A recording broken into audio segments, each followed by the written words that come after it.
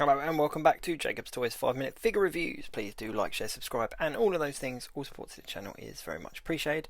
In this video we're going to take a look at the Marvel Legends Bonebreaker Wave, more specifically the Darwin figure.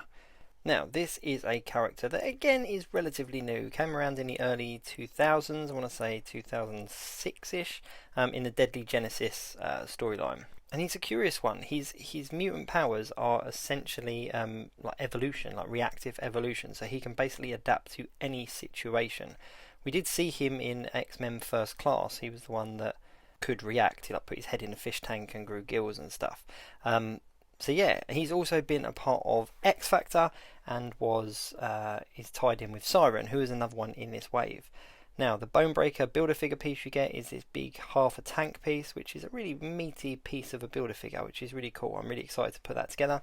And as I just showed you there, you get 2 additional hands. Now, the hands are oversized, which is quite cool, makes him very kind of alien looking.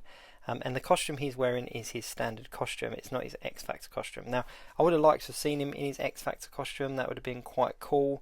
And then made him a bit more X-Men-esque, but you know, this is still cool. This is still cool. Now, it's not pinless. It's on that kind of pizza spider body from what I can tell. No, it's not, tell a lie, because that's not got the butterfly joints. So if you know which body type this is, then please do let me know in the comments. But it's on that thinner body type with the butterfly joints there in the shoulders. So the articulation is all pretty standard. It's what you would expect from a 6-inch Marvel Legends male figure. It's a shame that they didn't make him pinless, just because now that they put that out there, I really love the pinless tech, and I wish that all the figures were built pinless, but hey ho, we can't have it that way all the time. As I said, the articulation is really good, and you can get him into a load of different poses. I quite like the head sculpt, I'm not going to lie. Let's have a little bit of a closer look. There is just one little blemish on mine. You can see the white in his eye doesn't quite go up to the top. It's the first kind of paint defect I've had in a long time, so it's easily fixable if you've got the paints, so I'm just going to do that myself. But as you can see, the structure in his face is really cool. He really looks kind of extraterrestrial, which is how I remember him in the comics, which is really cool. I particularly like these oversized hands. I think they make him look really like a mutant, you know, like he is. He's one of the characters that does look like a mutant, but like I've said about most of the figures in this wave, it would have been good to get some accessories. This wave as a whole is really kind of accessory light, should we say. I think in total you've got 3 sets of alternate hands and a couple of effect pieces with Havoc and a Wolverine head. And this is one figure that they really could have gone to town with accessories, you know, alternate hands, alternate heads, just to really show off his power set. Because as a figure, even though I like him and he'll look cool in like photography and on the shelf, it doesn't really highlight his mutant ability. It doesn't show you any of his power set. It's just a weirdly cool looking figure. So it would have been nice to get some additional hands and heads just to kind of show off those mutant abilities. That would have been really cool. But as I said, the articulation is good, the details are good. Apart from the eye, the paint is relatively good as well. It's very kind of comic book accurate. He looks like he does in the comic books, which is always a plus. Yeah, not a huge amount more I can say about that. But as a character, he's very much in the Krakoa kind of age of comic books.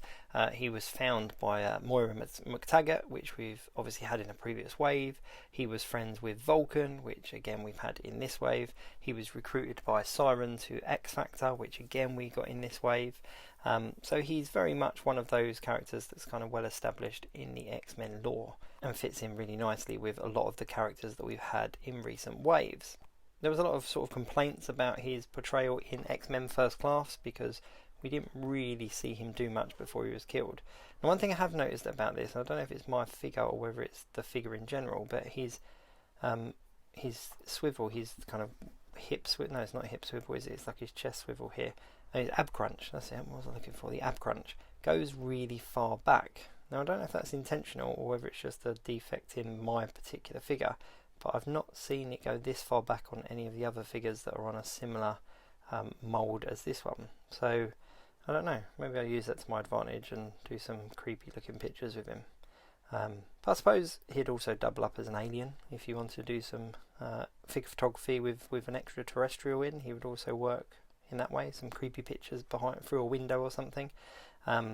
But yeah, I'm curious about that ab crunch, whether that's just my figure or whether that's a general thing. So if you have got one and yours also does that weird thing with the ab crunch, then let me know in the comments. That's about it. Thanks very much for watching. Do check out my page for other 5-minute figure reviews on the rest of the wave. Please do like, share, subscribe and all of those things. I'll see you soon.